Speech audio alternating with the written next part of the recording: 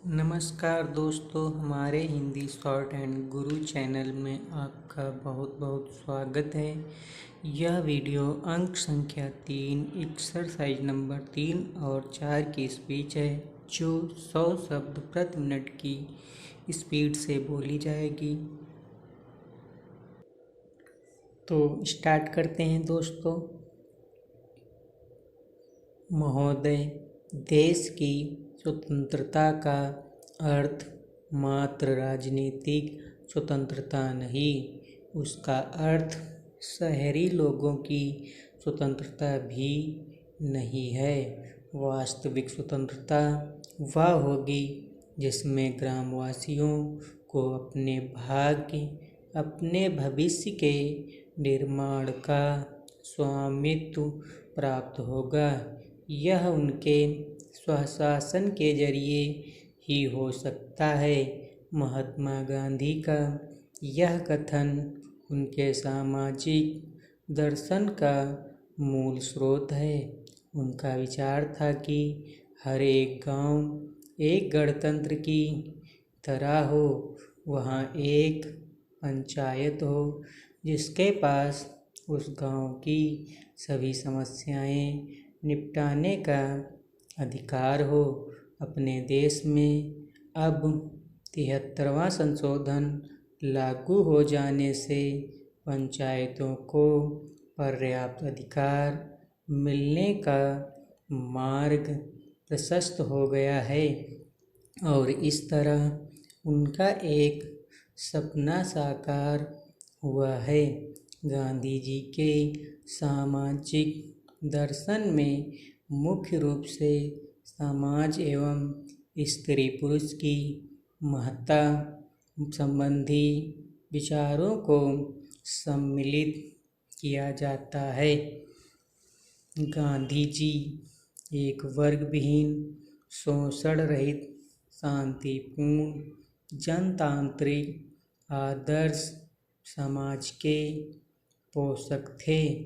उनका कहना था, मैं एक ऐसे भारत के निर्माण हेतु कार्य करूँगा जिसमें निर्धनतम व्यक्ति भी गौरव अनुभव करेगा कि यह देश उसका है और इसके निर्माण में उसकी प्रभावपूर्ण आवाज़ है।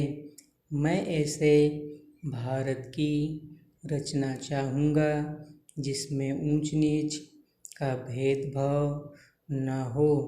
वह भारत ऐसा होगा जिसमें सभी वर्ग प्रेम से रह सकें। ऐसे भारत में छुआछूत एवं मद्यपान तथा मादक द्रव्यों के सेवन हेतु कोई स्थान नहीं होगा। स्त्रियों को पुरुषों के समान अधिकार होंगे। सभी देशों में मित्रता रखने के कारण हम विश्व के देशों के साथ शांतिपूर्वक ढंग से रह सकेंगे। हम न किसी का शोषण करेंगे और न कोई हमारा शोषण करेगा। हमारे देश में कम से कम सेना रहेगी। करोड़ों की संख्या में मूक जनता के हितों का ध्यान रखा जाएगा। व्यक्तिगत रूप से मैं देशी एवं विदेशी के भेद को घृणा की दृष्टि से देखता हूँ। मेरी कल्पना का भारत ऐसा ही होगा।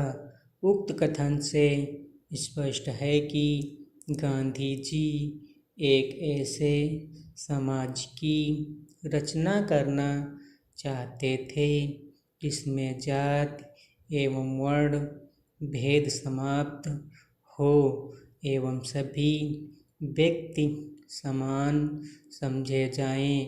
वे उत्तराधिकार से प्राप्त जाति को जाति नहीं मानते थे।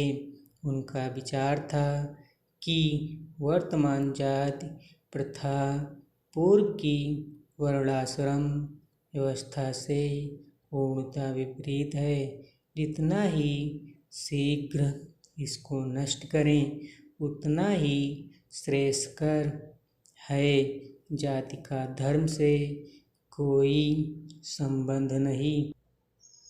महोदय, इस प्रकार गांधी जी के अनुसार समाज का कर्तव्य है वह व्यक्ति पर कोई बंधन न डालकर उसके आध्यात्मिक उत्थान हेतु आदर्श वातावरण का सृजन करे। ऐसे समाज की रचना का आधार सत्य, अहिंसा, प्रेम एवं न्याय होगा। व्यक्ति की जाति उसकी कार्यकुशलता के आधार पर ही निश्चित होगी। उनका कहना था, एक आदर्श सामाजिक व्यवस्था तभी स्थापित की जा सकती है जब इस वर्ण सिद्धांत को पूरी तरह समझकर क्रियान्वित किया जाए। गांधी जी स्त्री पुरुष दोनों को समान महत्व देते थे। उनका कहना था, स्त्री पुरुष के कार्यक्षेत्र का विभाजन अवश्य मान्य है। दोनों लिंगों के लिए सामान्य गुण एवं संस्कृत जो इनके व्यवहार में लाए जाने के लिए आवश्यक हैं, समान ही हैं। गांधी जी का विचार था कि स्त्री पुरुष एक दूसरे के पूरक हैं। दोनों में प्राकृतिक भिन्नता के बावजूद आध्यात्मिक एकता होती है, जो स्त्री पुरुष के पृथक पृथक स्वधर्म के सम्यक रूपेण निर्वाह से ही प्राप्त की जा सकती है। गांधी जी इसीलिए यह नहीं चाहते थे कि स्त्रियां स्वधर्म त्याग कर पुरुषों के स्थान पर कार्य करें।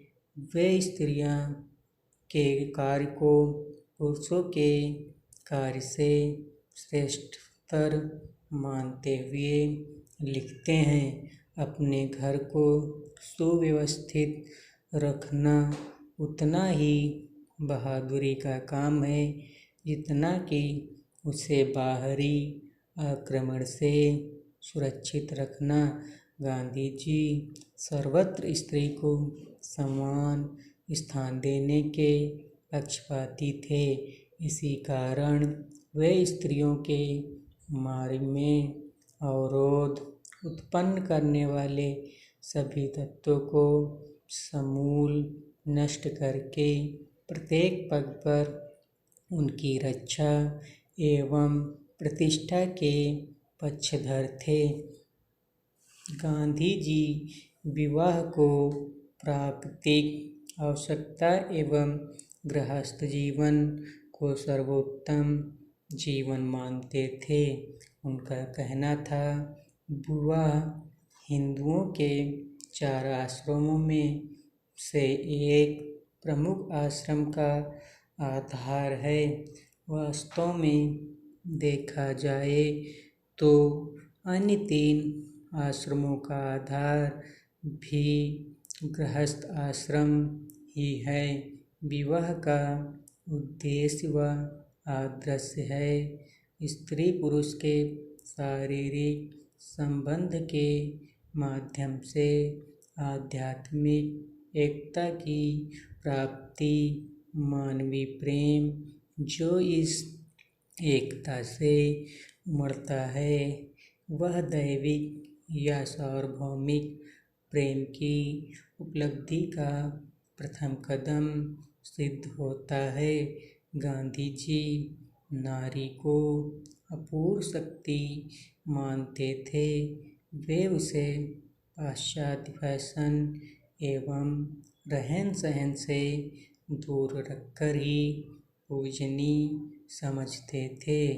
उनके विचार से पुरुष आक्रामक एवं क्रोधी होता है। स्त्री ही एक ऐसी शक्ति है जो शांति एवं सुरक्षा का नेतृत्व कर सकती है।